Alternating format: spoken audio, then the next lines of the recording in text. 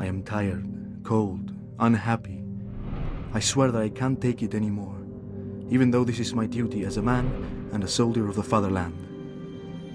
Although this had been a bloody battle for both sides, the British attacks had taken all the high ground they'd planned to on the first night. But another night's fighting still lay ahead. Of the remaining mountains that had to be captured on the second night, by far the most vital was that one over there. That's Tumbledown, the last major obstacle between the British and Stanley. The men charged with recapturing Tumbledown were the 2nd Battalion of the Scots Guards. Just 8 weeks earlier, they'd been on ceremonial duties like guarding Buckingham Palace. This would be the first experience of war for many of them, and they now had to confront perhaps the toughest target of the campaign.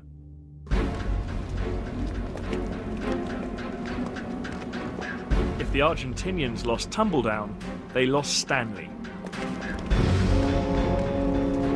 So they'd put their best men up here, the elite 5th Marines.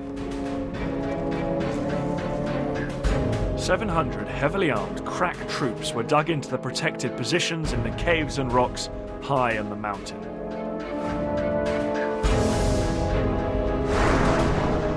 These Argentinian Marines had been trained to fight at night, and they outnumbered the attacking British forces by almost 2 to 1. The Argentinians were confident they could hold the British off. As soon as darkness fell, the fighting began. Aye, it was murder. We were coming under mortar fire, machine gun fire, sniper fire. You name it, it was coming towards us. Well, there's a saying, expect the unexpected. And that was unexpected. You cannot really describe it. Nobody could describe it if they've not been there. 3 hours into the battle, things were going badly for the British. The Scots Guards' attack had come to a complete halt. They were taunting us, the odd word in English, calling us to come on, and I think they mentioned surrender. The combination of cold, uncertainty and the general awareness that we were stuck led to the group ego shrinking and shrinking and shrinking. At that stage I thought we had blown it. That's Mount Tumbledown behind me up there. And here it is on the map case. The Scots Guards had approached Tumbledown from the west and made their way up this slope here unopposed. But now one company, about 120 men, were pinned down here by stiff opposition from the Argentinians positioned in the rocks and crags up above, on top of the ridge here. Then 30 Scots Guards climbed up onto higher ground to the north, undetected by the Argentinians down below. Now they were able to bring sustained fire down on the Argentinians' exposed flank. The rest of the company stormed the Argentinian strongpoint. The Scots had made the breakthrough. As dawn broke, the battle was still raging on Tumbledown, and the British forces prepared to throw everything they had into the fight for Stanley.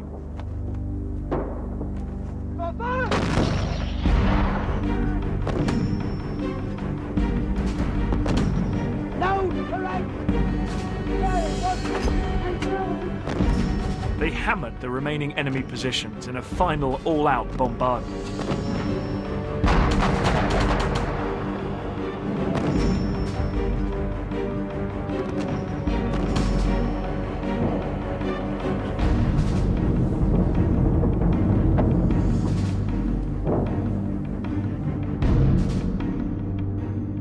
Soon, Argentinian troops could be seen fleeing.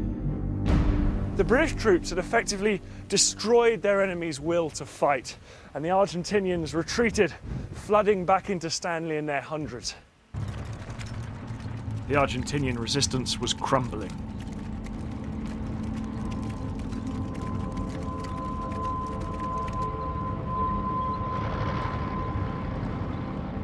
As the demoralised defenders poured into Stanley, the men were heard arguing with their superiors.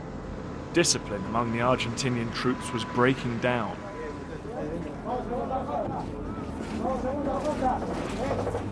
It wasn't long before they were surrounded. And on the 14th of June, the British demanded the Argentinians surrender.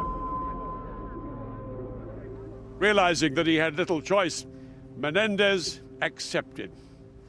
After 2.5 months, the battle for the Falklands was over. Gentlemen, I've just heard that the white flag is flying over Stanley. The Argentinians had occupied Stanley for 74 days. But now, as two para marched into the capital, it was back in British hands.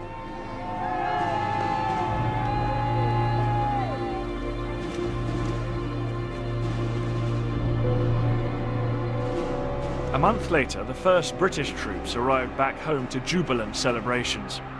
This victory had given people a renewed sense of pride in their country and a feeling that Britain could lift itself out of its recent decline. And riding on the crest of this success was Margaret Thatcher. Within a year, she won the general election with a resounding majority.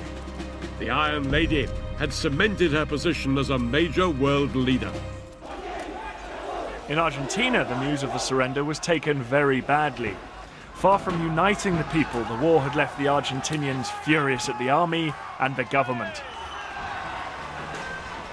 Just 3 days after Argentina's defeat, Galtieri was forced from power and military rule collapsed in Argentina. Over in the Falklands, the legacy of this bitter conflict lives on. Nearly 1,000 people died in the war, 252 British servicemen, 3 Falkland Islanders, and almost 700 Argentinians. After the war, the British government offered to return the bodies of the Argentinian dead to Argentina for burial, but their government refused. They said that these islands were part of Argentina and the bodies would remain here.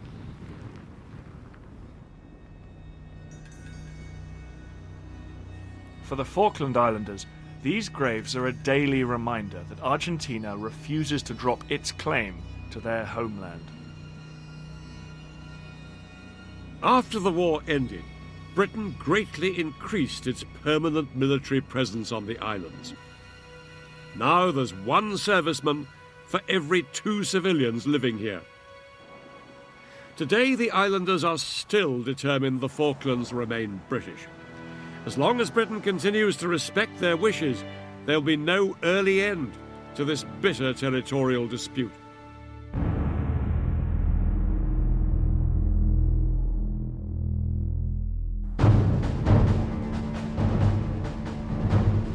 Next time, in 1991, Kuwait was at the center of the last major war of the 20th century. Saddam Hussein's Iraq had invaded, leading to a battle unlike anything seen before. I'll be getting to grips with some of the challenges faced by the men and women on the front line. And I'm going to be explaining the tactics of a war dominated by cutting-edge technology. It was called Operation Desert Storm, the battle for Kuwait.